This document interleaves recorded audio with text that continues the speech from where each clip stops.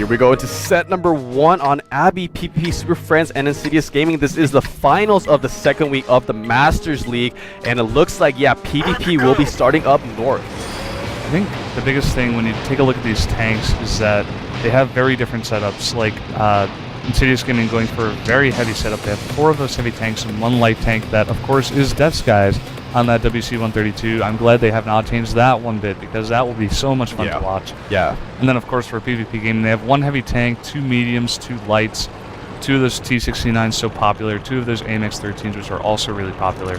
Yeah, so definitely a lot more mobility coming out from PvP. We'll have to see how they utilize that mobility and see if they can go for any flanking or surrounding maneuvers. But right now, PvP going for the Western Ridge, whereas Insidious Gaming going for a similar strategy as the first time they played on this map. They're going for that Central Abbey area. And we could see a possible potential, we could see a same strategy coming out from Insidious Gaming. Yeah, I wouldn't doubt it at all. They're already sending 1 guy up on the Western Ridge. I think no, that's not TanksAsia. I just got to look at him using the Abbey, actually, again, being really far up. So just sending that 1 T1 on the Western Ridge to spot. And actually, you see there on your screen, PvP is making that pretty strong Western Ridge push. So this guy does get a T1. Yeah, that is a good snipe on the T1. There is going to be not much vision there in the Abbey now for... here comes Batman and Sniper Elite with those 2 AMX-13s. Going to hunt down TanksAsia right now. And look at that. Sniper Elite and Batman here going to go for this 2v1. And TanksAsia's in a little bit of trouble.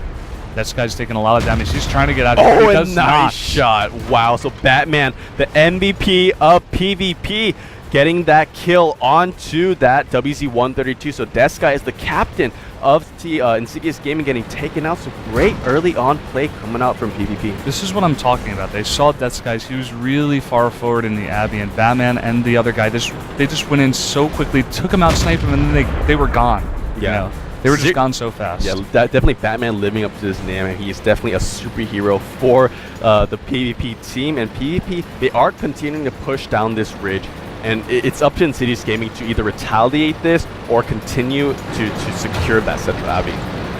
Yeah, we'll have to see what they're doing. I mean, PvP Gaming, it looks like they're backing up a little bit, actually, here. I mean, they got some pretty nice shots onto some of the Insidious Gaming tanks in the middle. There is 1 guy there, a heavy tank at 28%. I'm not sure who exactly that is. I think it might have been Nikolai or no, Nisa. Nisa was. Yeah, he was in the middle. He got taken out to about 28%. But I mean, we see here on the screen now that they're coming up on the Western Ridge. They want to defend this push, but at the same time, before we saw, PvP was backing up. So it's going to be interesting to see what happens here. Yeah. So Insidious Gaming now going for this Western Ridge. I think they realize that PvP have monopolized this Western Ridge, and they don't want to risk, fighting in the Abbey and potentially getting poked down on that higher ground from the PvP members. And Insidious Gaming, they are committing 3 of their heavy tanks, heavy forces on this Western Ridge. They have kept 1 of their heavy tanks back to potentially stop a potential PvP push. So we could see a fight on this Western Ridge quite soon. That is something you have to do when you run really heavy. You have to have 1 guy back because you're not as mobile against a team, especially like PvPs where they are a bit more mobile. They have to be careful. So at least sending 3 of the tanks up here to spot a lot of these PvP tanks, which have really good position on this Western Ridge. It's going to be interesting to see if they could poke down, get a few pot shots on the PvP, and gain some of that advantage back. Yeah, so Insidious Gaming, they do spot Commander Murto and a couple more of the PvP members. They have to be careful of a push here because pretty much all the members of PvP are all camping that Western Ridge. I believe there are 5 tanks, 4 tanks, 4 tier 8 tanks over there on that Western Ridge. And right now, I don't see either team going for a full-on commit, either team committing to a full-on push. Yeah, I mean, Commander Muerte is here, and he's probably going to get taken out here, but the rest of PvP is gone in a flash, and they're using that mobility really well. They got a decent trade there. I think it just traded equally, but actually, Guavian is staying here a little too long. He took an extra shot there from Griff's, but gonna back off here and get away from all those heavy tanks. Yeah, PvP realized that if this does come to a close quarter combat situation, they will be outgunned, so they wisely back up from the situation. And Insidious Gaming, they are continuing to push up. Yeah, PvP just backing off a little bit here. Actually, we see their heavy tank is here, pretty well situated behind this rock in a good protected Sniper area. Elite going for this T1. Yeah, he gets that T1. So both T1s on PvP side get taken out. So it is slightly in the favor of PvP side right now. They did get the TanksAsia in that WC-132, and they're going for a heavy push on this ridge. Oh, they're doing a lot of damage to this tank, but they're also taking a lot of fire from the back. There's pretty good support Little Mac fire, goes down. but they do take him out. That is a really nice play. They had the cover from that rock there. Very Oh, and well actually played. Guavon also taking down to about 5%. They are backing out from this fight. Insidious Gaming doing a great job of doing that damage onto PvP, scaring them away from this ridge. And I don't think they're going to actually continue to push this, because they realize if they continue to push, they're going to be out in the open. He actually just sniped that tank down. That's huge. Now they're up 2 tiers of tanks, and just... Oh, Batman, though, he does take out an AMX 50, so it is slightly tying up this matchup. It actually did tie up this matchup, but, I mean, the firepower definitely going in favor of Insidious Gaming still, because they do have 3 heavy tanks left. And on PvP side, they only have, you know, 2 lights and 1 medium, so definitely outgunned. Oh, Sniper Elite and Batman, they're not, actually, they're ignoring Montecero here. They're actually backing up from that.